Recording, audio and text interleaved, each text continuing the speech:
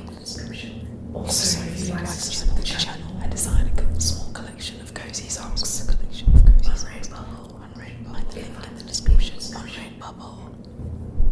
Okay, here we go. The link in the description. Today we step into mist. Today we step into mist, into quiet water, into soft morning light.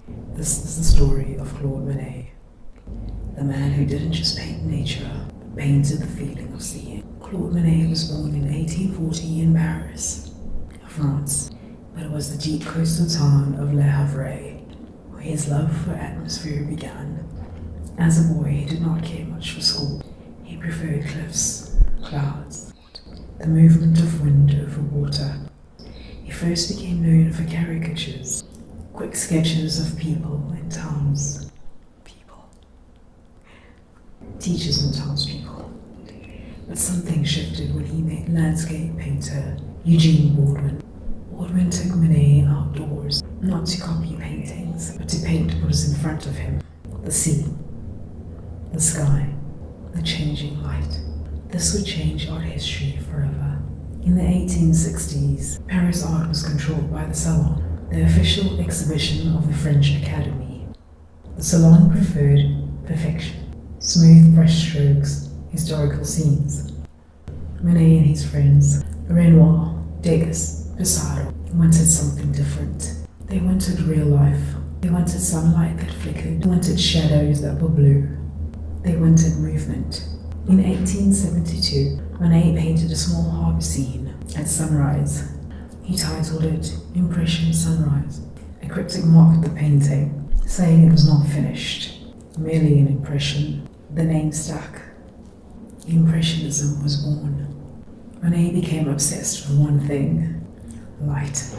Not objects, not stories, light. He would paint the same subject again and again at different times of the day. Haystacks at dawn, haystacks at sunlight, haystacks in the snow. To Monet, a haystack was not just a haystack. It was light changing across time. His brushstrokes were quick, loose, layered. From up close, his paintings seemed unfinished. From far away, they breathed. Monet's life was not peaceful. He struggled financially for years. Many critics rejected his work. He lived in poverty with his wife Camille. Camille became his greatest muse, but she fell ill. In 1879, she died at just 32 years old.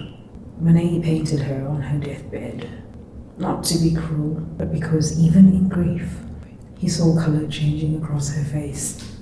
Light never stopped moving, even in sorrow.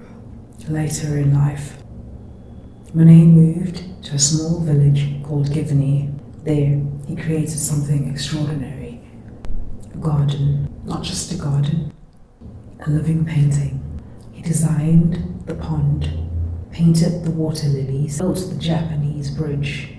Every flower that was placed intentionally, because Monet had decided if he could not control the weather, he could control the world around him. The Water Lily series became his life's devotion. He painted them hundreds of times, not as objects, but as reflections, as atmosphere, as silence. As Monet aged, his eyesight began to fail. Cataract blurred his vision. Colors shifted, grades became muddy, detail was dissolved, and yet he kept painting.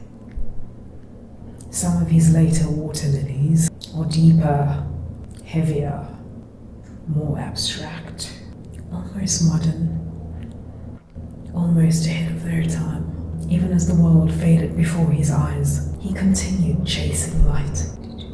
Monet died in 1926, but today his paintings hang in museums around the world. And every time someone stands in front of a Monet, they do not just see a pond, they feel morning. Claude Monet taught us something Claude Monet taught us something quiet but powerful, that the world is not still, that nothing looks the same twice, that light is always changing, and perhaps so are we. Tomorrow we step into the warmth and human connection with Renoir.